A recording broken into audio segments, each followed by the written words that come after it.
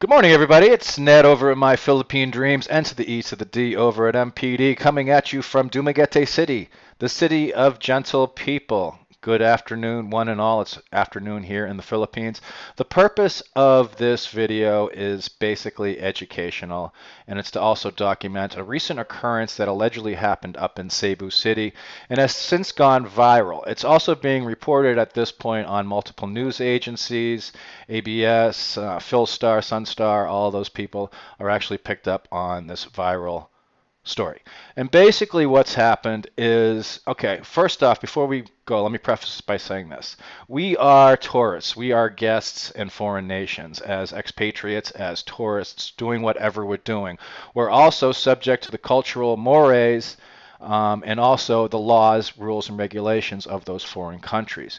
In this case, it appears that somebody got a little intoxicated, and we're going to give somebody the benefit of the doubt, and violated a lot of those mores and a lot of those laws, rules, and regulations. The person in question is a Canadian national, and according to the reports, again coming in from multiple agencies, he was highly intoxicated at the time. It started off as abusive discourse that he was allegedly having with this woman. He smacked her car allegedly a couple times, chased her down, jumped into a taxi. It was crazy. Ultimately, he got arrested, and he was again continuing to be abusive in front of the police. So, as foreigners and in foreign countries, living in other nations, living in other countries, we are subject to the rules and all that stuff, and we got to be careful about this. So, again, this went viral on Facebook. The Canadian in question is a gentleman named Benjamin Besaw. He's from Calgary, Alberta, according to his Facebook, and he also studied at Mount Royal University. And the woman involved in this is Jaja Vino, Jajavino. I'll put both the links to their Facebook pages down in the video description box so you can go check them out. I'm sure her name isn't Jaja Vino, and it also seems like she's a Filipina of some means because she's been traveling all over the world.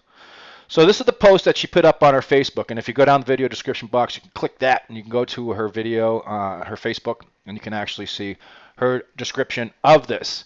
This transpired 3 days ago on July 8th, and she posted this up at 8:37 p.m., but it looks like it happened earlier in the day. According to Jaja, I was on the way to Ayala to buy ingredients for Bicol Express. Suddenly, a drunk Canadian citizen punched the front and back of our car.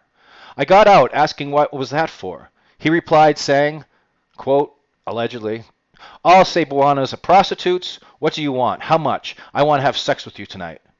I told him that, you've got balls to say that to my face. Repeat that and I will record it. He was so wild and drunk, he punched me and kicked me in the stomach. I was able to block his punch intended for my face with my left arm. He ran afterwards. I saw a taxi and told him to follow that foreigner because he punched and kicked me. When he saw me in the taxi, he hopped in trying to punch me. But the taxi driver helped me and was caught by all his punches. Later on, more people had seen what was going on until an off-duty police officer tried talking to the Canadian guy. He was wild and saying he doesn't believe the guy was a police officer. More police came and finally arrested him. At the police station, I would press charges for sexual assault. He was trying to settle the case by bribing me and the policeman saying, come on, there is always a price for a woman in Cebu. All women here are prostitutes, so accept my offer. All policemen are corrupt. His name is Benjamin Besaw. He has a previous record before punching a woman, but it was settled out of court, I think is what she means. He might think that I will settle as well, but I won't. I want him to know that not all women can be bought, and not all Cebuanas are what he thinks we are.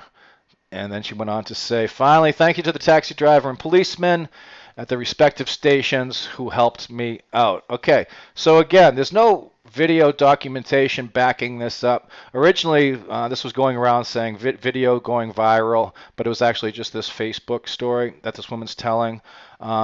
Alleged, according to her, there are witnesses. There were police involved. He got arrested. There was this taxi driver. There was other people that were involved that saw this. So the jury's out, as it were. She says she's going to press charges on him. Also, attempting to bribe an officer of the law in the Philippines. although it's a possibility at times, is also against the law. So they could try to jack him on that as well. So this guy is facing some serious charges. I'm not sure what's going to happen with him. I'm not sure on his status. He hasn't gone back onto his Facebook. People said that he would be out in 72 hours or something, but obviously he hasn't been arraigned or whatever the process is, because there's a bunch of commenters, of course, going to his Facebook, and all these photos that you're seeing are from the respective Facebooks of Benjamin Besaw and Jaja Vino. People are going to both their sites and continuing this craziness.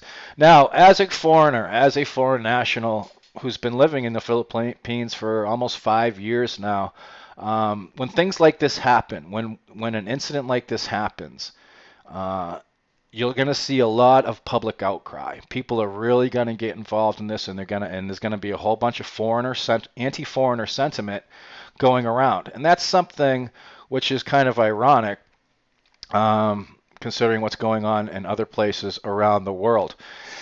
So if you go to their Facebooks, and you look down in the comments section, you're gonna be a bunch of people basically saying all those things. To get the anti-foreigner sentiment, then you get a lot of foreigners jumping in and say, hey, a lot of this is just allegations. There's no video documentation. There's no proof. The jury's still out. He hasn't been charged. Innocent until proven guilty. Yada yada yada. So nobody knows what's going on. The bottom line is you don't want to get involved in situations like this. You don't want to be out getting drunk, particularly by yourself, okay? If you're out there getting intoxicated and you're getting hammered, and you know yourself, okay? A lot of times we know ourselves. We know if we're going to get in a bad situation, going to get ourselves extremely drunk.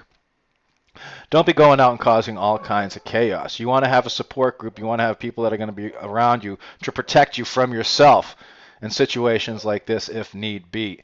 This isn't first world. This isn't the United States where, they have emergency services teams that can go out and analyze the situation and or the police have the option of throwing you in a drunk tank for the night until you're sobered up. Things can go from bad to worse here with a quickness. All right, so I thought I'd just cover that story really quick.